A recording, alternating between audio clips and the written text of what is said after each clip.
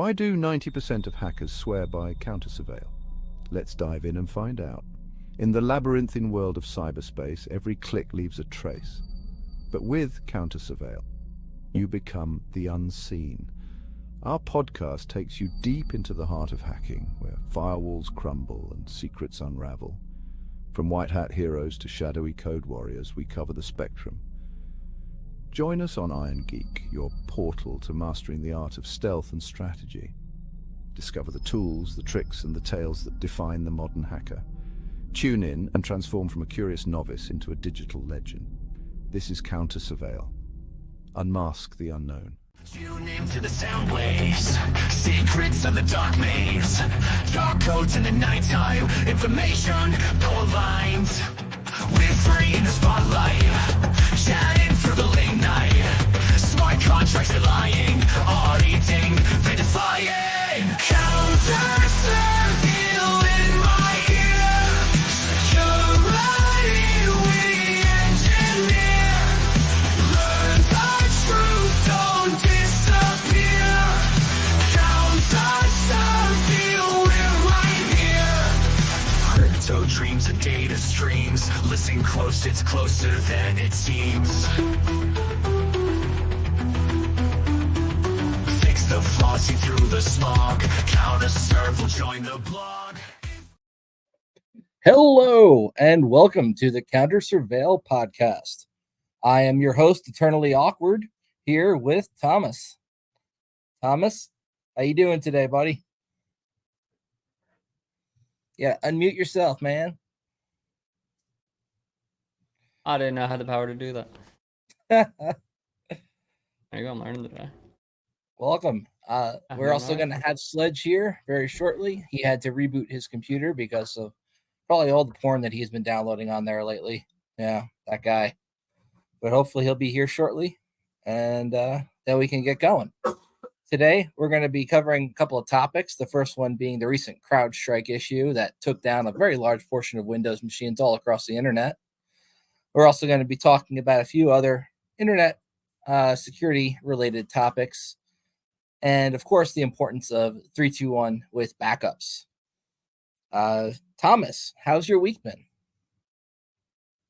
Well, it's been all right. Not eventful at all. Nothing eventful happened at all week. Just boring all week long. Nothing. Oh, man. My Friday DC404 was the most eventful thing. Oh, 404? What'd they talk about at the local meetup? It was Sester talking about security from the CISO perspective. Nice. I missed my 702 meetups. From the CISO perspective. I just moved this past week myself out to Utah. And interesting place so far. I'm enjoying it. I'm making some good connections out here. And other than that, Friday's CrowdStrike incident was certainly interesting, I think, for not just me, but many, many people in the industry. Many of us woke up with our work computers just not working at all and trying to figure out what the heck was going on there. Well, some people out in Australia were just laughing their butts off, just waiting for us to have to deal with the crap they'd been dealing with. All in all, very interesting week so far, starting from all the way last week on Friday. I know a lot of companies are even still recovering to now, and might take them even longer because, with the remote workforce and a lot of people having laptops that they were sent to their houses and not necessarily having rights to decrypt BitLocker on those. A lot of companies are printing out BitLocker keys and sending them to people and trying to walk them through over the phone how to delete that file. It's kind of a crap show for a lot of companies. Indeed. It's just fun from my perspective. I imagine it's not fun for a lot of people out there right now having to deal with this crap. And no, not at all. This is an absolutely terrible situation. Some people are calling it the largest cybersecurity incident in history. It reminds me of that scene in Hackers where Nikon's talking to Zero Cool as he's outside his house. He's like, "Wait a minute, you're Zero Cool. You crashed 1,504 computers in one day. This is the biggest crash in history, man. You're a legend." But no. Now it's CrowdStrike, and they crashed millions. I I tend to be a bit facetious. Like there's, sending out just null bytes or whatever, and a file containing nothing, and it taking down this many systems is it's amusing in a technical sense, but it's also upsetting because someone was saying like, I wonder how many machines were affected. I was like, well, the real issue isn't how many machines were affected; it's how many businesses were affected, and that's where it gets a lot less funny because it's not just CloudStrike. It's not just their customers and clients. It's all the businesses that rely on all of those businesses. And now when livelihoods are at stake, it's a lot less amusing. But what I do find interesting is the number of people who are arguing over whether it is a security incident. And I'm like, how is this not a security incident? Like, you don't have that argument when you're talking about insider threat. Like, it doesn't matter if it was malicious, if it was intentional or not. Insider threat is insider threat, and it's something you learn about when you're studying security. So, very clearly a security issue. CIA availability, all that kind of stuff. I've seen a lot of that argument or conversation going around, and that's what I'm mostly amused by. It's just people's reactions to it that I'm like, one, why is this even a conversation? We have way bigger things to worry about, but here I am talking about it. I mean, it's certainly not the conversation people should be having about it. I would argue that some of the conversations people, at least in the industry, should be having is what's the risk of giving a third party the ability to remotely update a product that can take down computers? I think Marcus Hutchins had a great blog about this very thing on his LinkedIn, talking about back in 2005, Microsoft took away the ability to do kernel mode drivers for a lot of people, unless you were willing to spend a lot of money to work specifically with Microsoft and run certain things by them. And a lot of people just decided to do it their own way. And now we've got these products, these EDR products that are able to make very, very critical updates to a Windows computer that can crash it if they screw up the update. And the default configuration doesn't allow people to, well, it allows them to, mind you, but the default configuration is going to auto patch that. And like they put out a new version, it gets pushed into production immediately. It's kind of scary to give a third party the ability to remote update critical things on your Windows boxes throughout your infrastructure, not just your users' machines, but your Windows servers too. And I mean, there's an argument there if it's needed for security, giving them the ability to remotely update their product, even though it's in your environment without running the patches by you first, could be a good thing. But I think now a lot of people are reconsidering that after Friday, man. That was crazy. Sledge, welcome, by the way. Your mic might be muted. No, audio is not really all that important in the podcast anyway. Where'd he go? And he's gone. Yeah, I saw his video for a second, then he disappeared. Well, it happens. I'm sure he'll be back. My biggest thing I'm thinking about with the CloudStrike incident is a lot of organizations, they want to outsource as much as they can in terms of security, which you can only do to such an extent. Any amount of IT, any amount of security, it's like you can't really, and you can't outsource responsibility at the end of the day. Like you're going to be accountable for whatever happens in your organization. But somebody's responsible all the time. Usually the buck's going to stop with the CISO. But I don't think too many CISOs are going to take too bad of a hit, other than maybe the one from CrowdStrike themselves over this. Considering how many were affected. But I guess it has me thinking, what do you do to prevent this in the future? And the only thing I can think of is having resiliency in your business processes. Like, okay, if these systems go down, like what do we do? Like redundancy is the only thing I can think of. And as lean as many businesses are operating to compete, especially with the way inflation has been, that's not an easy thing to set aside time and resources for. So, what have we covered so far? We were just shooting the shit, talking about what happened on Friday with CrowdStrike. I talked a little bit about Marcus Hutchins' post on LinkedIn, talking about how Microsoft took away the ability for third parties to do kernel mode development in Windows, which led to things like CrowdStrike deciding to roll their own version of having a process running a system that can monitor practically everything on the computer, and how, this might not have happened if Microsoft were willing to cooperate with companies that do EDR solutions that are competing with their products, so that we don't run into issues where these third parties push these driver updates to be able to monitor things on the file systems of Windows computers and end up borking millions of computers again. Well, Windows is a virus in and of itself. My question for Sledge, if it were your organization, you got to think about it like from the business standpoint of, you maybe don't have the time and resources to like update everything and do all the EDR, everything. Like, you're not a cybersecurity business. So like, you're consulting a business. They're not a cybersecurity business. They need these automated updates. They need some endpoint detection and response. How do you prepare yourself for this sort of incident? I'm used to bigger enterprises where they're running, let's say, ASXi with vCenter or something, where all they got to do is hit a button and revert to a previous snapshot, and then they could just fix it from there. But the problem we've had lately is this specific incident, you had to have man on the keys right to fix things most of the time. Roll back, because like you were saying, you had to delete that file. But that also comes down to how good are your backups? Do you even have backups? Have you tested your backups if you've got backups? Do you have a plan? Do you have business continuity? Do you practice your business continuity by doing failover events once or twice a year to make sure that if shit hits the fan, you can still do business? I think that was the answer I was looking for. All right. Wait. What did Thomas just say? That was the answer I was looking for. Hey. Practice it. Like, no one rehearses business continuity plans.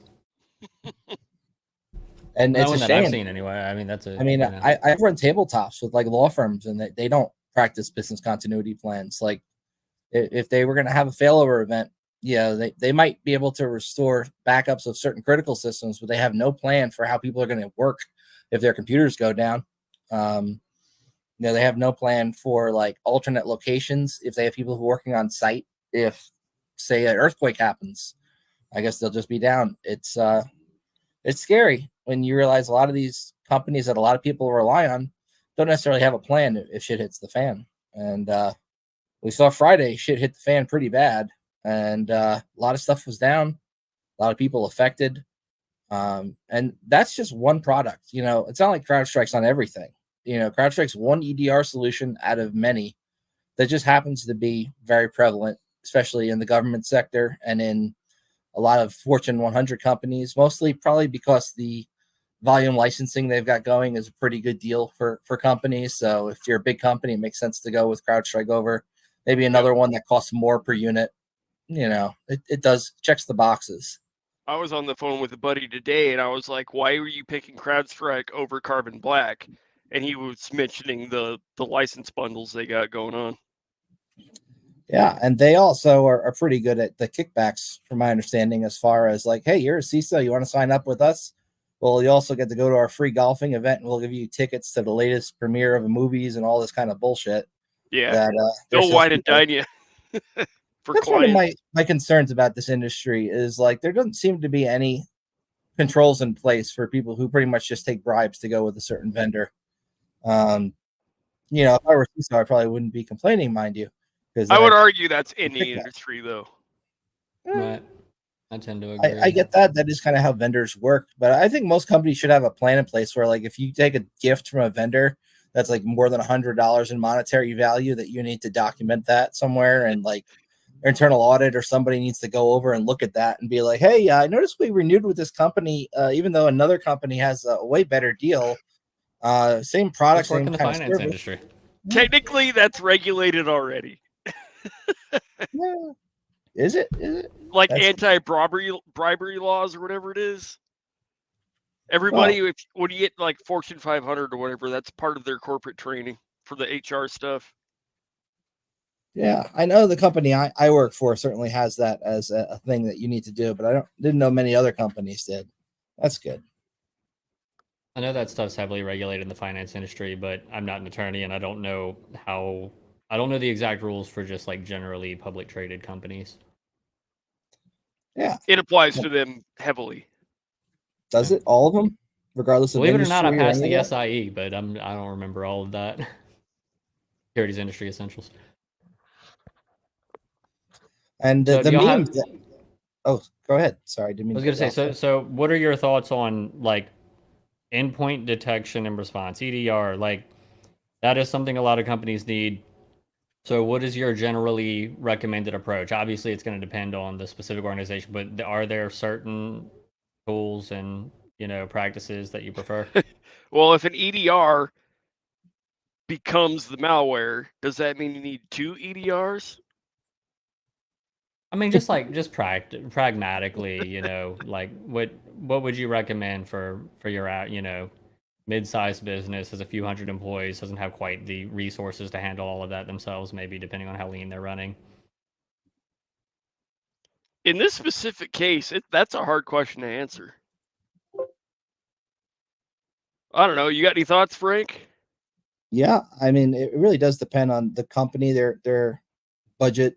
A lot of small and medium businesses don't even really have a security team. Like your regular IT team is going to be responsible for the majority of security related incidents, and also setup and all of that kind of stuff gets put on all under a CIO instead of a CISO. And I mean, budget is a thing. So if you can get a tool that's going to take care automatically of a lot of the day-to-day bullshit that you would normally have to deal with if you were, having like a SOC do monitoring, or even outsourcing to an MSSP being an option just to kind of cut costs, I can understand why companies need to do that. At the same time, there's going to be drawbacks, just like with anything else. If you're cutting costs one way, if shit hits the fan, the people you're going to rely on to fix it might not be here. They might be in India. It can certainly cause a conundrum. Let me go back to a point where this is not malware. It was not a cyber attack. It was a bad update. So how do you prevent bad updates is the question. An EDR is not going to stop that. Well, the thing is, most companies do have a patch process in place for the majority of their software that I've At least they worked with should, anyway. in theory. Or they should. And the gist there being like, hey, if you're going to be running securely, you should have something that's doing patching outside of your just Windows patching for third-party programs. You should have a patch management process in place. And there should be somebody who tests those on a batch of computers first before rolling them all out to production. So say it's Tuesday and it's Windows patch day. All the new Windows patches come out. Before you deploy them to all the computers in your company, get a subset of those computers, less important ones, maybe backups of production servers rather than the actual production servers, not the core user group, but maybe some test users that you've designated on like a desktop team or something, and roll it out to them first and make sure that they're okay for a day or two before you then roll that patch out to everybody. It's not the first time an EDR type product has had this happen. It happened with McAfee a few years ago. Cough, McAfee. It's actually the same guy, ain't it? I wouldn't be surprised. Former CTO at McAfee, if I recall correctly. Yeah. Yep. And I'm asking this question not because I have an answer, but because it's a difficult question. I understand to some extent it depends on the kind of business, but I came from largely security consultancy, so by our very nature, we handled all those things internally. We had experts for those things internally. And I'm just thinking about it. I guess regular imaging and being able to roll them back, maybe that helps, but does it, like when you're, if you can get to the server, because BitLocker and all that kind of stuff, for the distributed systems, it becomes more difficult. That is another conversation, but for a quick caveat, when it comes to backups, cost of storing those backups becomes a big issue.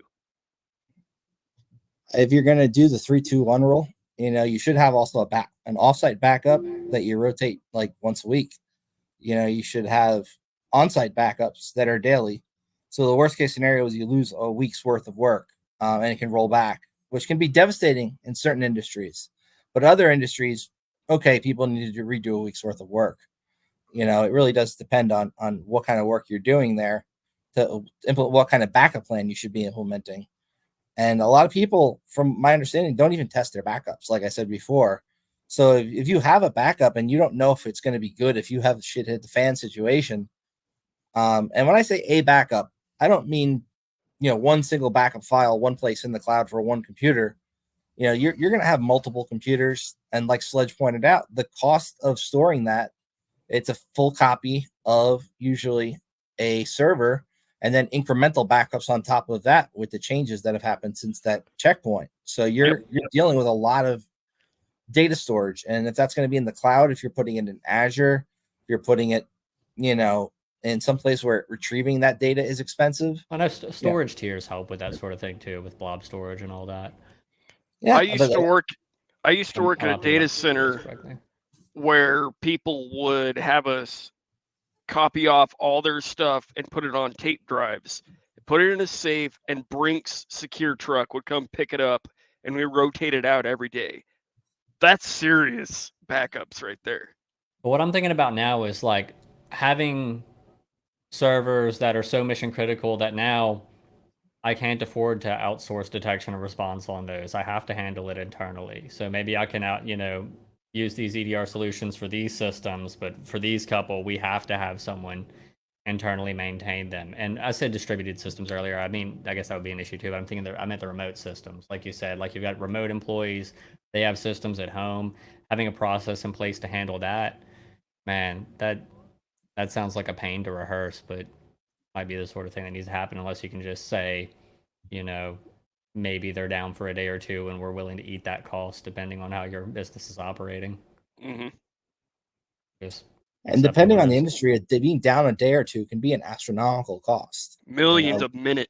Right, but some of them can handle it. It's like if some of the remote workers can't remote in, oh well, as long as we have these servers up, we'll keep the lights on for a few days and eat the cost. Yeah. One of the things on my mind was, how did these guys do it or fix it en masse? Like, were they using like IPMI or something with the script, or were they having a bunch of hands on the ground running around doing the safe boot and doing that script and all that? It's being handled differently by different companies depending on their solutions they've got in place. Like if you've got autopilot, there are options there to tell your users, hey, you can do a restore and it can put stuff back mostly the way it was. But it really does depend on the setup, the patching setup. I mean, you're talking about Windows crashing as soon as it boots up with a blue screen. If from my understanding, also, some people said if you just reboot enough times, it's like a race condition. Sometimes it'll go and grab the update before CrowdStrike protection kicks on, and then you won't get the blue screen. That's actually an exploit that I just saw on GitHub 30 minutes ago. Wouldn't necessarily call it an exploit, but yeah. We'll call it a trick. A trick, yes. And the memes from this alone have been pretty damn good. I mean, I want to do like a meme review if you guys are okay with that. Just going over some of these CrowdStrike memes because they were pretty good. You just gonna go over my Facebook page? No, I could do that, or I could just do what I already did, which was steal them off your Facebook page, as well as from our Signal group, and upload them here so that I can just put them on the screen and we can talk about them. The one where I said patch or re-image all the things, I actually made that one. Oh, you should upload that over on the side panel under brand, and then we can put that one up too. Actually, not a bad idea. Looking at the CrowdStrike blog, if I'm reading this correctly, it says CrowdStrike has corrected the logic error by updating the content to channel file 291. No additional changes to channel file 291 beyond the updated logic will be deployed. This is not related to null bytes contained within channel file 291 or any other channel file. But I wanted to address these comments. Got a couple comments. Yeah, go ahead. So Diego, one of our clients called me to fix CrowdStrike, so I looked into the sys file, changed the sys name to another name, and it works. There's only a problem with the file name. Can you explain? I think that just caused the file not to be processed. I think that's what you there. Yeah. So their official guidance was to delete that sys file. And one of the reasons a lot of companies were having trouble with that was BitLocker. There's a URL you can go to. That was my next question. And I can only go off of what I'm reading because I didn't get to deal with any of these systems personally. I'm not working for anyone that was affected by this because I'm not working for anyone. I haven't heard anybody say anything effective when dealing with BitLocker yet. Yeah. When you're dealing with the Microsoft ecosystem, if you set it up one way, you can actually retrieve your keys, Like your if you BitLocker know the key key, online. yeah, right. If you set it up with Intune, though, if they tried to lock it down, well, they disable users from accessing that key, which means you've got a lot of companies who followed what seemed to be very good guidance at the time of locking down BitLocker and not letting the employees have access to the keys, only for that to bite them in the butt later, because now all these employees need their BitLocker key to be able to delete this file to get Windows running again, and they can't. Like technical people can't get into their own computers because it's encrypted and they don't have the key. So I mean, it's a double-edged sword there. But And if you did enable it, no, keep go going. ahead. Never mind. If you did enable it, you could go to the My Microsoft page and see your BitLocker key associated with your computer, which is what I did when I woke up in the morning and my computer was not working, and I went to Teams on my phone and somebody had posted the remediation steps. I booted it up. I got into command prompt. Like it's not real command prompt though. It's like Windows kind of with command prompt on top. Nothing else open. And then I navigated to the Windows folder where the Crowdstrike sys file was, deleted that file, rebooted, and was back up and running in 5 minutes. Whereas other coworkers were still struggling trying to figure out where to get the BitLocker key. And these are technical people, mind you. But if you don't know offhand like where that is, you got to Google it and then log in, and hopefully your two factor's not on your computer. But yeah, that would be astronomically stupid if you were doing that, But some people do. And I was gonna say, like half an hour ago, somebody sent me a link to a GitHub repo where that can cause a race condition that bypasses BitLocker in theory. I haven't looked at it yet, but sounds plausible. There used to be a way with bypassing BitLocker. If you set a registry key before reboot, it would act like it was going to get Windows Update. And apparently it could unencrypt BitLocker to pull down Windows updates before boot. And you could set this key and then tell it to run command prompt instead. So it would reboot into command prompt with system access. But I think they patched that out in Windows 10 a few months back. I don't know if it ever even affected 11. Oh, there's another comment. Maybe I missed something, but it is from Car Charadon. Maybe I missed something, but how they could not find the error in their sandbox environment. I mean, they pushed the update and almost instantly service crashed, right? How can we sue for their testing? So usually this is going to come down to whatever the service level agreement is, the SLA between that service provider and that client. Oftentimes they'll have an agreement about service availability or something to that effect, where if services are down or something's messed up and they're not able to provide whatever service, you might get, say it's down for a day, you might get a free month of service or something like that. But it completely varies. That's down to the service level agreement. Now, if this is something that's outside of the scope of whatever that service level agreement would be, I mean, I'm not an attorney. We can't give you legal advice on this, but when this person says their sandbox environment, if he's talking about Crowdstrike, don't they have a sandbox environment? That's what I would assume so. But the fact they did it and push it on a Friday makes me think nobody did any QA. I would argue that patching on a Friday is almost universally a bad idea, regardless of what time of the year it is. Yeah, I think Microsoft picked Tuesday as the patching day for a reason, and you have the whole week after that if you screw up. You could wake up for Monday and work all week. Yeah, you pilot it on Tuesday and Wednesday, and then push it on Thursday if it's good. But it's going to be an interesting case study. We're going to learn a lot regardless. Like as far as what's going to happen, the ramifications in terms of cost and legally, just like the Target case forever ago became a case study. Harvard when Business Bears School. says best practices to avoid this, that kind of falls on both parties. It should fall on CrowdStrike first, but then best practices for the businesses that's using it should also have a test environment. Yeah. No, in I theory, agree. if they can afford it. That's always the in case there. Can you Well, afford I it? haven't used CrowdStrike, so like, is there? I doubt that there's even a way to stage your updates with it. Is there? You would have like how I would do it would stage like you have like dev environments, right? I would put it in there, and before you deploy those updates to your prod, test it there, then move to prod, kind of thing. But does CrowdStrike even have a way for you to do that, or is it like this is their endpoint? They have an agent on it, and if they're going to push updates, it's going to get those updates. If they For don't, there agent should be.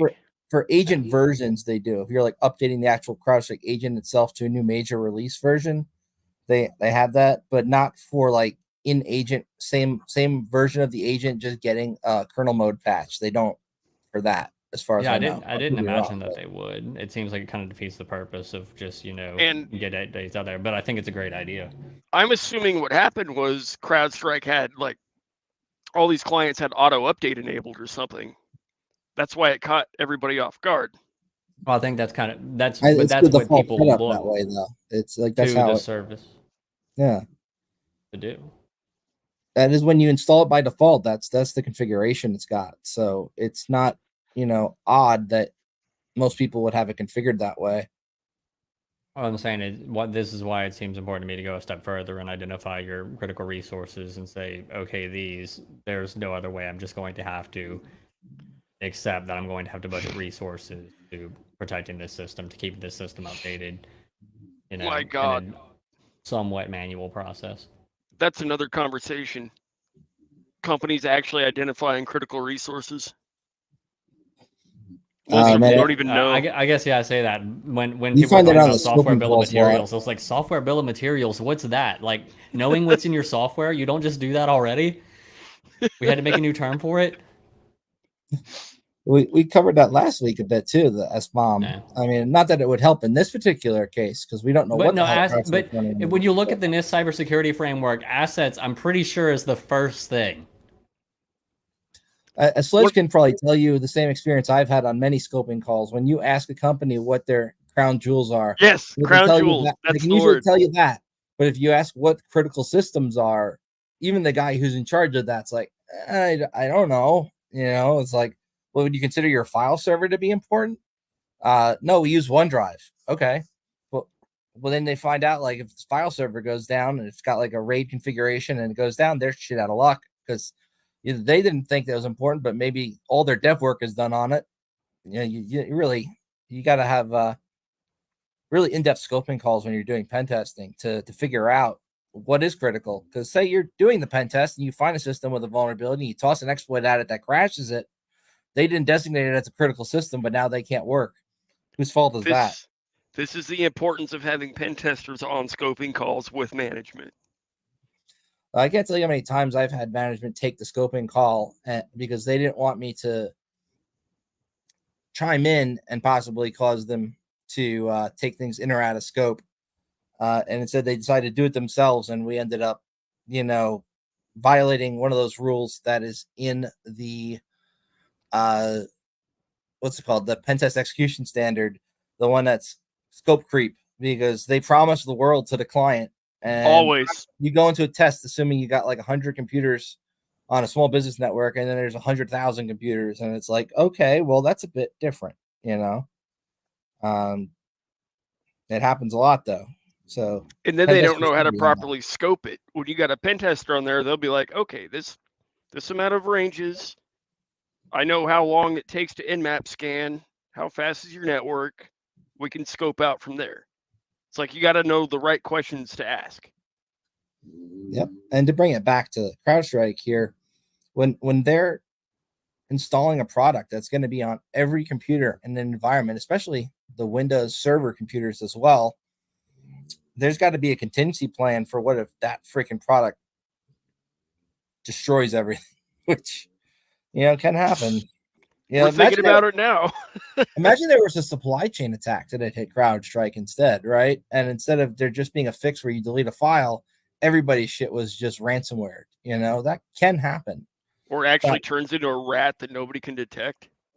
It already is a rat, mind you. CrowdStrike has the ability to remote into everybody's computer from the management console. I'm just saying, if somebody gets access to that,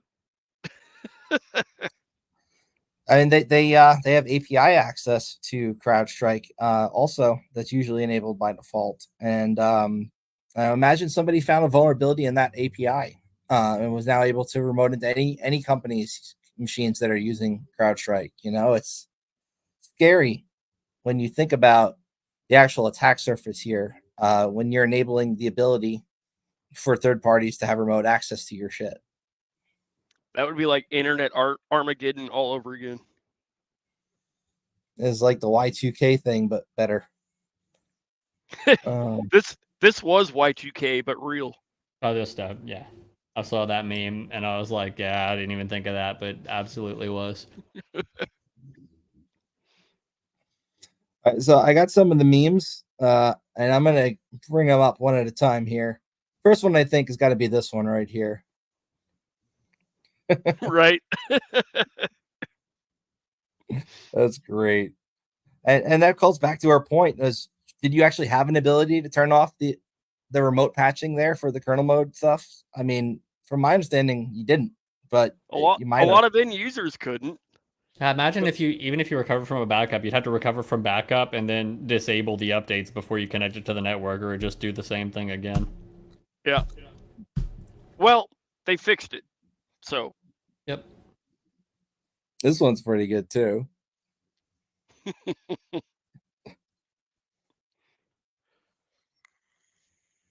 This was my favorite one. I think you posted this one, Sledge. I posted all of these. Whoever found this dude's picture, like, and oh my, it was so good. It's well done, well done. And it's the same guy. It's the same guy in the freaking thing. So it's definitely him. My God, he should be their PR person because that was hilarious. Yeah. Ooh, the attribution dice. Yeah. Need to add that. Do they still sell their attribution dice? I thought it was the backdoors and breaches people did that, right? I don't remember who did it. It was some rant. I've got a set here. I have to find it, but I've got 4 sets of them. They should do a variation on that to name threat actors. So it's like, you know, kitten and like, you know, adjective and animal name. Just roll it and make a threat actor name up. Yeah, that's what these guys did. It was like Bear, China, Russia, whatever, all those APT names, and then DDoS or whatever.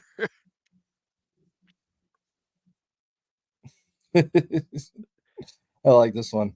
It's the CrowdStrike update, Jerry. It's funny, but not that funny. That's the one I made. That's a good one. Oh, I thought about making that. It is a good one too. I like that. That's my favorite one. Is it? That's a good one though. Can't be attacked. Everything's offline. All my IT buddies agreed.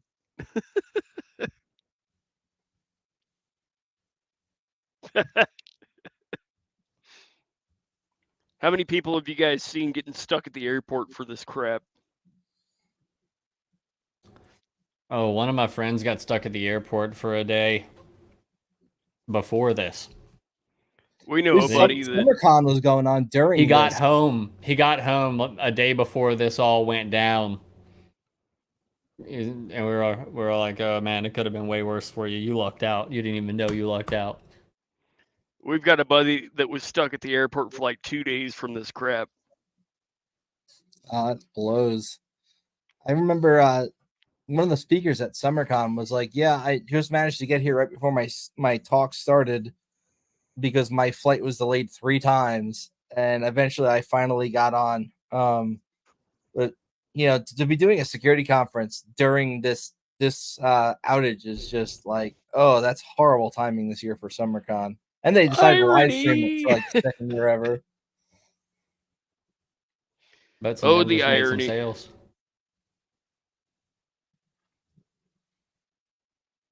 So what do we think about what could have been done better from CrowdStrike's perspective and from the companies who were using CrowdStrike? If there were like a couple of key takeaways, guys, what would you think those would be? My biggest question is CrowdStrike QAing anything? Or do they just push it and be like, hey, test it in prod? Yeah, it's kind of, that's one of those things that would make me think about picking a different vendor. I know I've used some services where people have said, oh, they had an incident, they had a security incident, years ago. They had a couple um, breaches or whatever, and I'm like, yeah, that's fine. Like, I'd rather use the company that is aware that there was a breach. I'd rather use the company that reports that there was a security incident and has has taken some steps of remediation and has been public about them than the organization who is, oh, we've never had a breach. We've never had a security incident. And for me personally, I like knowing that they have a process. I like knowing that they make disclosures over the organization who has no idea that their data is currently being exfilled. Technically, this was not a security incident. Well, according to the CrowdStrike, well, and this is what I was saying. Like, it is in the sense of that availability is, and in the sense that the insider threat need not be malicious. Like, this is definitely. My point, though, is any EDR could potentially have this problem, and then the question becomes, what do you do about it if it brings everything down? And that's what I was going to say, that the difference between a company disclosing a security incident and this isn't something happened, but we're tracking it and we're taking steps to fix it. This is, our processes need to be called into question in the first place, like, seriously. And I can't, I may not be able to risk this happening again, so I'd rather go with an organization that hasn't had this issue before. But now that we see that it's possible, it's going to be on the back of everybody's mind when they go to buy an EDR solution. Well, yeah, and this is like, it could happen all the stuff that we talked about before. Everybody. Knowing what your critical assets are, being willing to perform some of those updates manually, air gap things, backup things, and use your different storage tiers, because I know it gets expensive, but a lot of places are just throwing everything in the cloud and they're not actually using different storage tiers. Put it in an archive tier, right? If you're not going to need to access it for a while. And but just risk management, understanding how much of a risk you're willing to accept, because at some point it may make sense that for certain remote systems, like, okay, they might be down for a day or two, whatever. Some people did utilize this for DNS squatting and used it to push fake patches or whatever with malware in it. Did you guys see that? That I didn't see. What I did see was there were a bunch of domains set up for Indian tech support scammers almost immediately for people who were looking how to fix the CrowdStrike issue. And people were literally just handing control of their working machines, ironically, over to the tech support scammers, with the intention of them using their working and up machine to help get other users on a network fixed, which is dumb on so many levels that anybody would even fall for that, let alone it's like, hey, not only do you have half your computers down now, but you also have ransomware on the network because some idiots from your help desk gave access to some Indian tech support scammers. The ransomware I'm talking about was labeled like CrowdStrike hotfix, blah, blah, blah. And you'd actually have to pay Bitcoin to acquire it. And a bunch of people fell for it. I'm just like, if you're in an enterprise environment paying Bitcoin for a piece of software, what the hell are you doing? That should have been the first red flag. But I mean, I run across companies that went full on grandma mode when they ran across scammers and actually ended up like going and getting a green dot card to pay for antivirus software on a corporate network. So, I mean, the level of stupidity and like the things you'd think people would think about doing first aren't always there.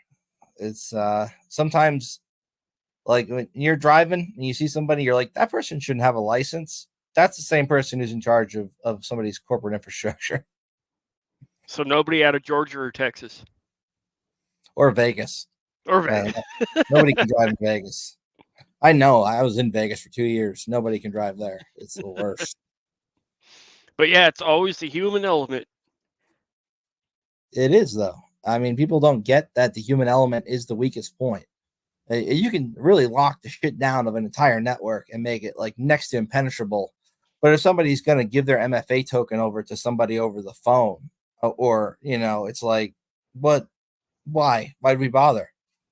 There's only so much you can do. And user education and training, I would argue, is really important. But so many companies do it so wrong where it just seems like a punishment rather than like a thing to help people. I'm for they did really good on a phishing assessment. Nobody from a department clicked the link. Get them a pizza party or something, instead of like, hey, one guy in this department clicked the link. Let's make him sit through 3 hours of videos on why that was a dumb idea. I don't like it when people, because I do phishing engagements like that all the time, and I'm always hesitant when a client wants me to give names of people that clicked on the thing or ran the code or whatever, because I know they're going to get punished. Because my take would be, overall, you need to have a better security training posture and not make it seem like punishment all the time or like a waste of time. Like, give people the day off. Don't make them have to do the security training while they're doing their job.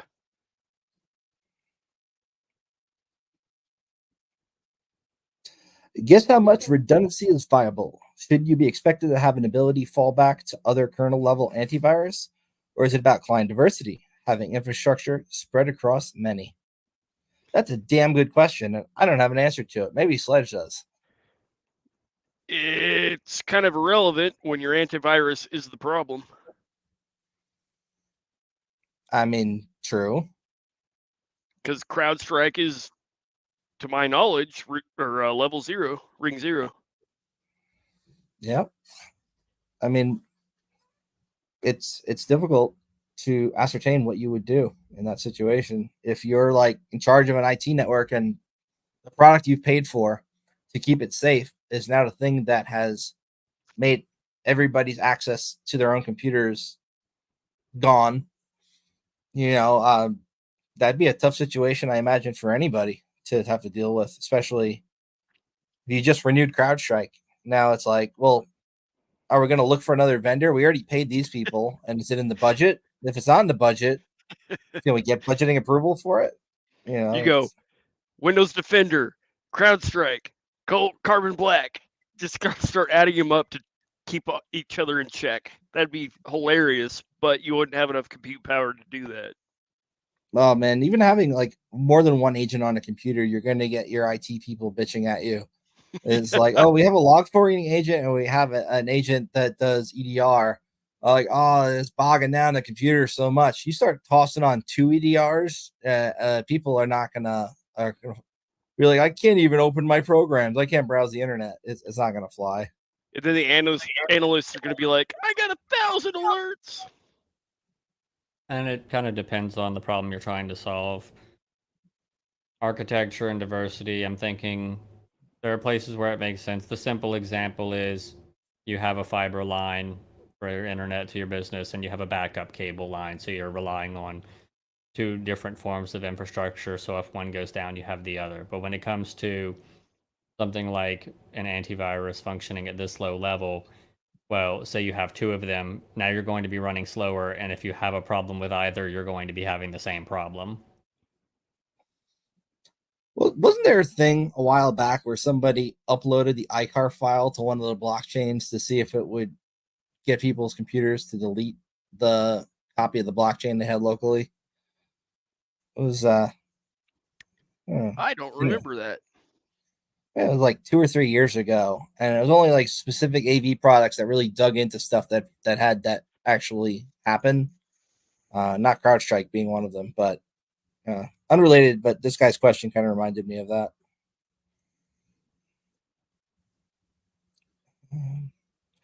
All right. Well, I do have some questions I put in the private chat, guys. If we want to go over those, that based on the details provided by the recent CrowdStrike software update incident. So, what's the full scope of systems and devices that are impacted is a question you might have to ask yourself now. And CrowdStrike has done a good job of reaching out to their customers, and they even put a dashboard up. You can see all the computers that were affected by the bad update and if they have been booted since then and have been resolved, which is, I guess, a good way of handling it. They have been very communicative with their clients, letting them know what happened and having the account managers reach out. It's not like people don't know. I mean, you can turn on the news and right? I do commend them for being transparent. They were straight up saying it's not a cyber attack. It was our bad. Here's how to fix it. That was slow clap for them. At least they did that much. But what if we find out it was a cyber attack though? Like a month from now, like some dude got a job. That would be crazy. Like from China, and he just decided, you know what? Now's the day. That would be insane. That would be insane. It's probably not very likely, mind you. It's just fun to theorize. Scope and impact. My biggest thing with all that is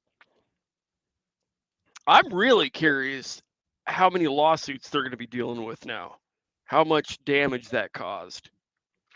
And I wonder if there's something in their EULA that absolves them. This kind of shit does happen, though. There might be.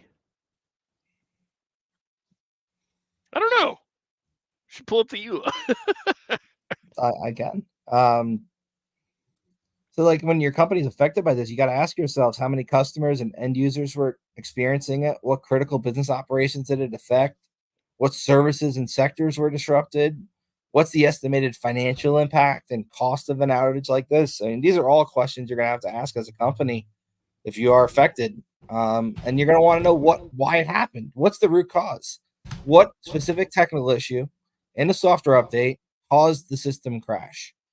How did this logic or coding error make it all the way through their dev and QA environments and get pushed to production? Was there any software development lifecycle, SDLC, in place that could have caught this before it happened? And if there isn't, why not? These are all very important questions that need to be addressed. And I don't think they really put out too much technical details as far as why this happened, other than bad update. They at least gave us the file. Yeah. I mean, they kind of had to about it. I'm just less the EULA and more the service level agreements, I think. I mean, maybe the EULA as well, but I'm imagining that there's going to be, again, I'm not an attorney, but I'm imagining that there's going to be some arbitration agreements. I'm imagining there's going to be some confidentiality agreements. So I'm just curious to see how much we are going to learn at all about what remedies may be made. We all know there's going to be leaks, even if there are agreements. Yep. And what's their liability? I mean, that's a great question. Are they responsible for damages and losses resulting from the outage? How do companies, how are they going to handle this? Are there going to be lawsuits? Is there going to be a need to revisit the customer agreement and the limited liability clauses that are in their contract?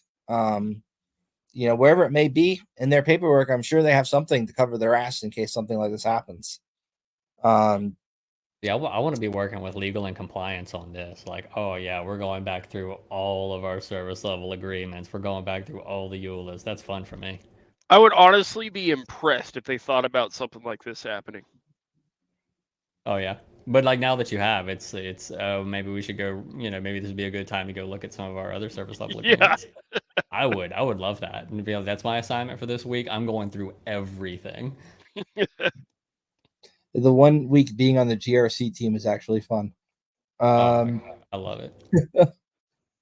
And last but not least, set of questions. How do they rebuild trust after an event like this? What steps are they going to take to restore confidence to the customers and trust after this kind of incident?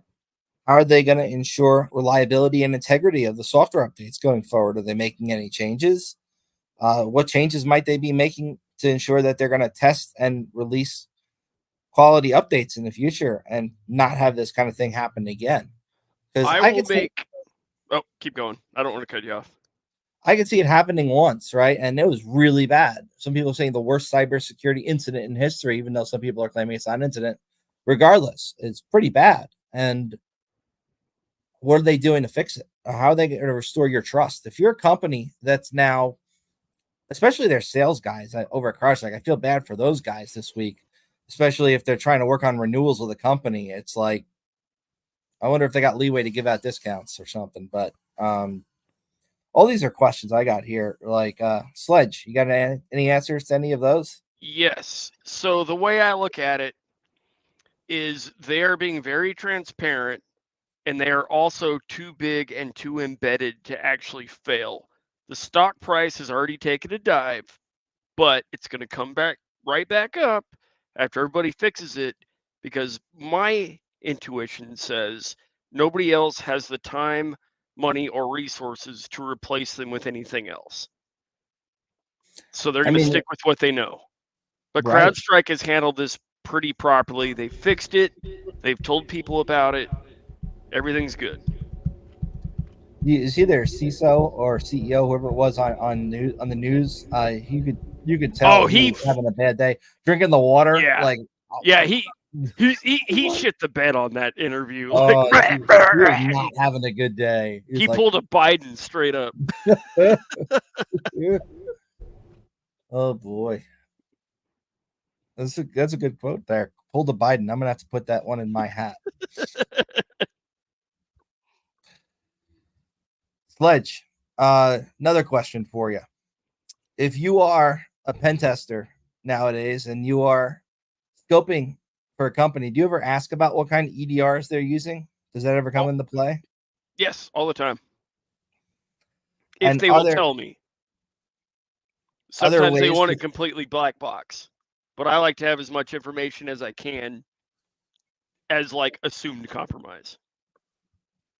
Assumed compromise is a really good way to look at your network too, in my opinion. If you're running from an assumed compromise, what's the word there? Standpoint, view? I don't know. But if you're assuming there's already somebody on the network who shouldn't be, you're taking extra steps to make sure certain things are not talking to other things, and you're monitoring things way better than you would if you're assuming that once somebody's in, everything they do is good. That's why we need like zero trust and network segmentation at a minimum. I think like if you were going to build the network from the ground up today, a lot of the people would build it very differently than a network that was only built 5-10 years ago.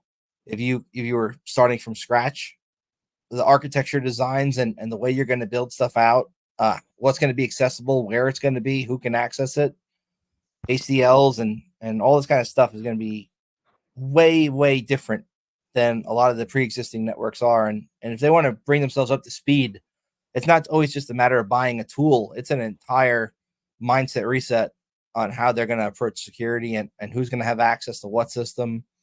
It used to be like you toss up a VPN, and once they're on there, anybody on that VPN, if they've got access to the thing, they can get to it. But the way that all these zero trust solutions work instead are like you're going to have a list of people, and these people are going to have access to these resources only when they're connected, and anything else they try to get to is going to be blocked. So that which is not explicitly allowed is denied, which is the way I think it should have always been. But in the olden days, you get on the company VPN, you can pivot all around and get to domain controller, pretty quickly. You find an account with like an SPN, that's got domain admin. You Kerberos that shit, and your DA and your job's done as a pen tester. Now they're redesigning stuff and making it a lot more difficult. But I wouldn't call it difficult. It's still pretty easy. You have to say that because you're. Well, I mean, it's all you do. Yeah. Anyways, if this was my whole life, it's all I do. It's all I know. Sorry, Sledge. We're all switching to Linux now, and everything's gonna be super secure. You're out of a job. Like me and music. If only people paid for that sort of thing. Windows 10 is in October going to be end of life, and they're going to start charging for updates to that. I don't know any company that has completely gotten rid of Windows 10 in favor of Windows 11 yet. Do you think that's going to actually drive adoption to Windows 11, or people are just going to pay for updates?